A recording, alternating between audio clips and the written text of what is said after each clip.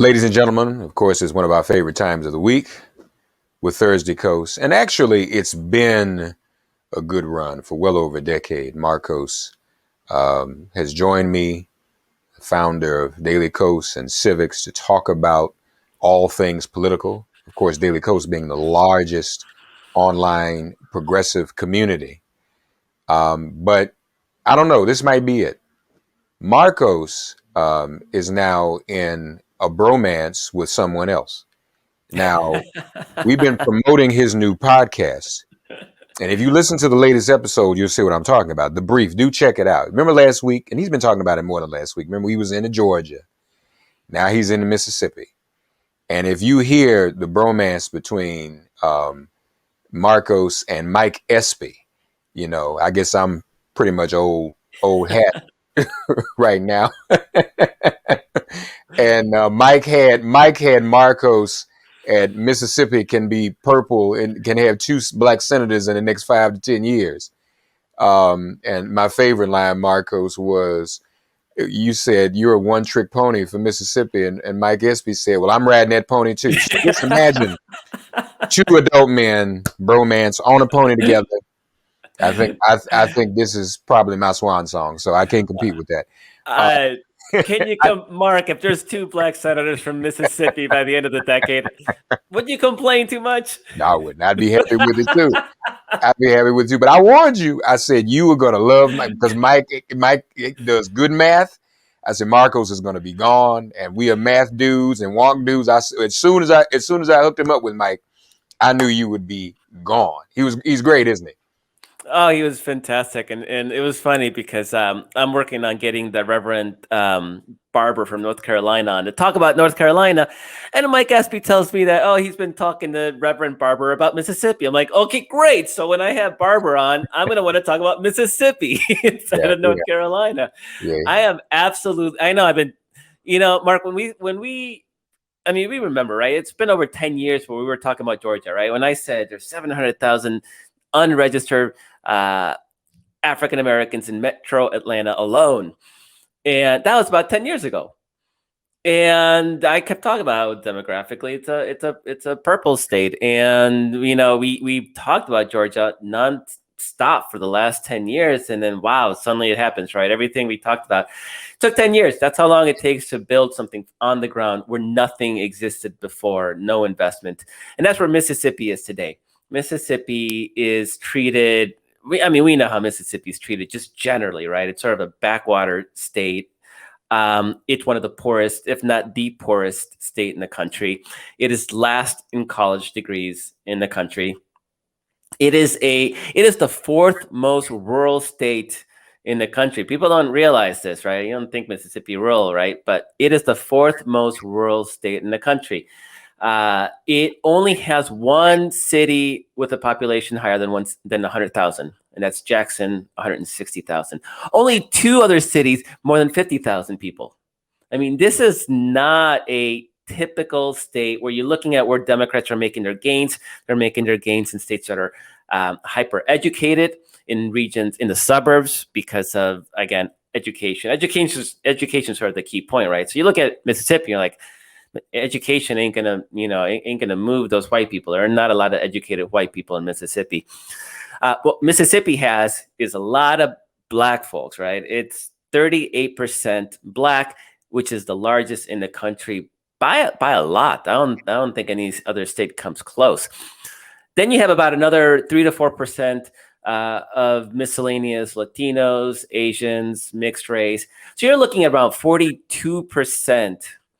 42% of the population is sort of just demographically favorable to the Democrats if they were to turn out and vote. Now you look at projections, and projections are having that black vote around 50% of the population in the next decade or so.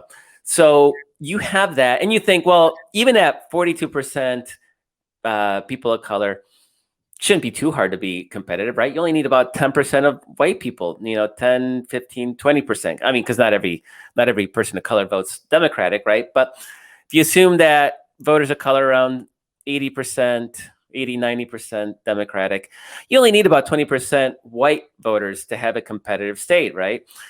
Problem is, in Mississippi and Alabama and Louisiana, the white vote's about 12% Democratic on a good year. 12% Democratic on a good year. And this is going back. I was looking at John Kerry exit polls. He got about 12%. Obama got about 12%. And like 12% is like sort of the solid.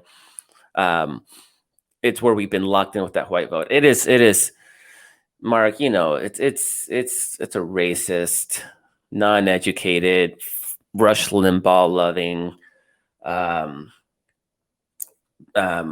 white community. It's not suburban educated whites. It's not cosmopolitan urban whites. There's not much of urban in Mississippi.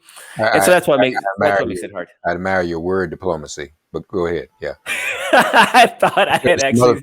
Say. I thought I stepped over a line a little bit, but you're good. You're good. I was trying to choose my words carefully there. And so it's a challenge. I mean, Democrats haven't put any money there because they haven't felt like putting any money there. The Democrats that are there are black, which already is another strike against them, right? Democrats don't have a history of supporting black communities, just historically, or Latino or anything, right? I mean, even to the last election cycle, they were still obsessed with trying to get back those rural white people they lost. Right. I mean, that's their thinking. And that's because the donors are mostly white. The leadership is mostly white. I mean, this is just standard institutionalized. It's not as much as racism as a lack of really awareness of how race impacts their decisions and how that impacts those communities. So Stacey Abrams obviously shook everything up in Georgia, right? Changed the whole dynamics there, and not just built an organization in Fair Fight that registered hundreds of thousands of Georgians, but also helped encourage an ecosystem of organizations that really hyper-targeted various communities. So, for example, there is an organization in Georgia that works with just the South Asian Indian Desi community. And you think, wow, are there that many Indians in Georgia? No, there aren't. But Biden won by 12,000 votes, right? You don't need a lot of Asian voters. You don't need a lot of Indian voters. You don't need a lot of Latinos to collectively add up to a number that was enough to barely win. And today I was doing some math. I hadn't done this before, but David Perdue, who was the incumbent Republican that John Ossoff ousted in the runoff election, he was in that first round. He was at 49.76% of the vote. He was 20,000 votes away from winning outright in the first round. Had he done that, there would be no John Ossoff victory in the runoff election. Mitch McConnell would still be the majority leader in a Republican Senate. So all those votes, right, just squeezing out, like leaving no community behind, taking no vote for granted, making everybody feel like they matter and are part of the equation, changed that. And Mark, as I was doing this Georgia math, the differences in the runoff election, the drop-off was just dramatic. You're looking, keep looking at these black counties, rural counties in southwestern Georgia. And the turnout there was absolutely dramatically it was actually higher in the runoff election than it was in the general election. And you know why? It's because people finally realized, oh my God, my vote matters. And if I vote, we're going to have a black senator. And holy crap, I'm actually going to go out and vote. And this is just a simple idea of hope. That when you're in a red state and you're a Democrat, you're like, why am I going to waste my time? Nothing's going to change. We're going to lose anyway. And I think that's where Mississippi is there is incredible demographic strength for Democrats in Mississippi, but nobody has spent a dime trying to register it. Nobody has said you matter. You actually are important. If you turn out, we can actually win. We can have somebody like Mike Espy as our senator. And there's so many other great talents in Mississippi that we can work to get elected. And nobody's ever just even asked for their vote. It's not done. So where Mississippi is today is where Georgia was about 10 years ago. This sort of hopeless, we're a red state, nothing's going to change. Racist white people are keeping us down and they're suppressing our vote. and they're still trying. In fact, they're trying right now in Georgia to suppress the vote again. But it's you got to start somewhere, right? And I think finally it's this idea that Mississippi is, more and more people are realizing, yeah, Mississippi shouldn't be a solidly red state, and maybe it's a slight red lean at best if you look at the demographics, but that means that it can be contested. And SB only lost by 6 points, in 2018. When he ran for Senate back then, right? This is not a state that is that far away from being competitive. So I know SB said, 5 to 10 years. I think 10 years is probably realistic, but by the end of this decade, realistic. So let's say 8. We can split the difference. Y'all got to check out the brief though. Markos is gone. He's gone. So he's totally in the Mississippi.